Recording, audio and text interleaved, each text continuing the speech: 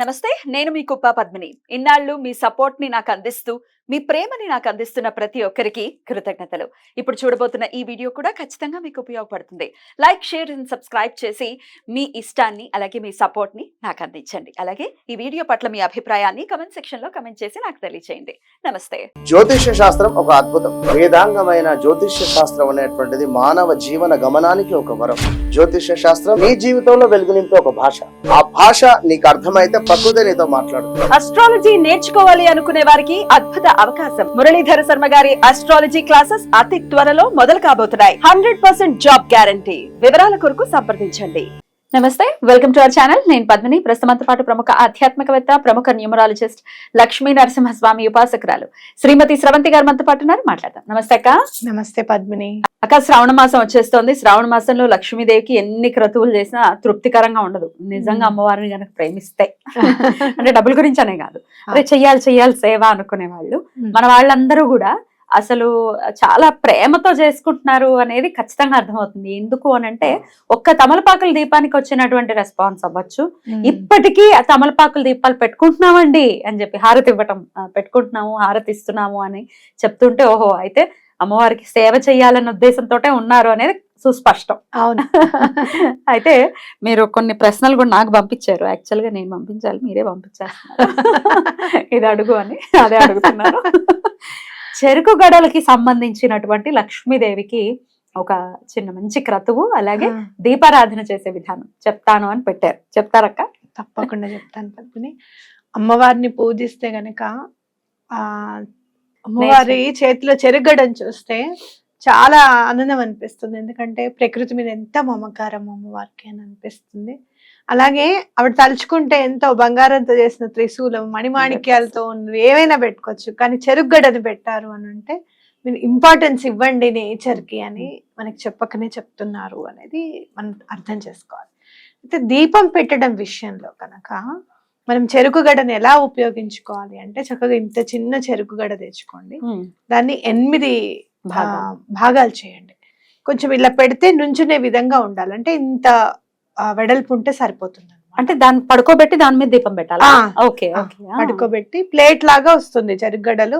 ఇంత చెరుగడ ఉంది పద్మిని, దాన్ని 8 భాగాలుగా కొట్టించుకుంటే 8 ముక్కలు వస్తాయి చక్కగా. అవునా?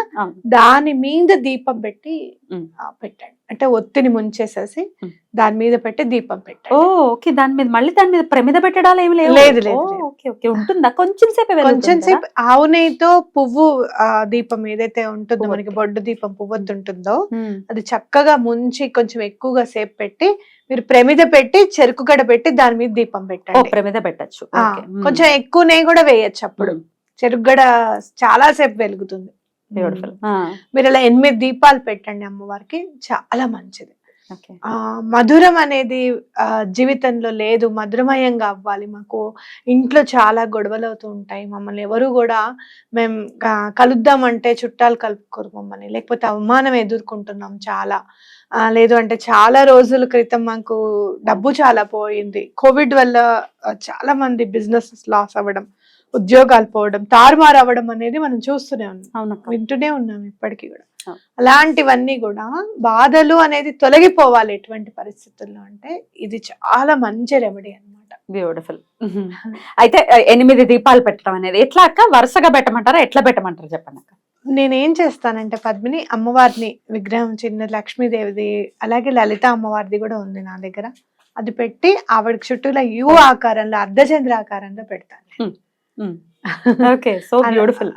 చక్కగా కింద కూడా నేను ఏం చేస్తా అంటే చిన్న చిన్న ప్లేట్స్ ఉంటాయి మనకి ముగ్గు వేసుకోవడానికి. ఇప్పుడు చాలా వచ్చాయి మనకి. ఆ బియ్య పిండి వేసి ముగ్గు వేస్తాను. ముగ్గు వేసిన తర్వాత ప్రమిదలు దాని మీద పెట్టి దీపాలు పెడతాను. ఎప్పుడు కూడా చాలా మంచిది అలా పెడితే అన్నమాట. ఆ బియ్య పిండితో అది వేసేసి ఇలా వేస్తే ఆ డిజైన్ పడిపోతుంది మనకి. ఎందుకంటే చిన్నగా వేయలేం కదా మనం, ముగ్గు చేత్తో చిన్నగా వేయలేం. అలా పెద్దగా ఒకటేసారి ముగ్గు వేసుకొని మీరు దీపాలు పెట్టినా కూడా పర్వాలేదు. Right right. అసలు చెప్పగానే కళ్ళ ముందుకి కనిపిస్తున్నాయి ఆ దీపాలు. అలాగే ఎప్పుడెప్పుడు పెట్టుకోవాలా అన్న ఉత్సాహం కూడా ఖచ్చితంగా వచ్చింది. ఎందుకంటే మధురాన్ని అమ్మవారికి సమర్పిస్తే మధురమే మళ్ళీ మనకి తిరిగి రావటం అనేది. అవును, అవును. మీరు చూస్తే ఈశ్వరుడికి చెరుకు రసంతో గనక అభిషేకం చేస్తే ఐశ్వర్యం ఇస్తాడు స్వామి అని చెప్పి మనందరికి తెలిసిన విషయమే. ఐశ్వర్య ప్రదాయనైన అమ్మవారికి కూడా చెరుకు గడల మీద చక్కగా దీపాలు పెడితే చాలా మంచిది. మీకేమన్నా కుదిరితే గనక చెరుకు రసం కూడా ఇంట్లో చేసి అమ్మవారికి కొద్దిగా కూడా నైవేద్యం పెట్టచ్చు. అయితే చెరుకు రసం చేస్తే మాత్రం వెంటనే ఒక అర్ధగంట సమయంలోనే వెంటనే మనం దాన్ని యూస్ చేసుకోవాలి. ఇంట్లో ఎలా చేయాలి కదండి?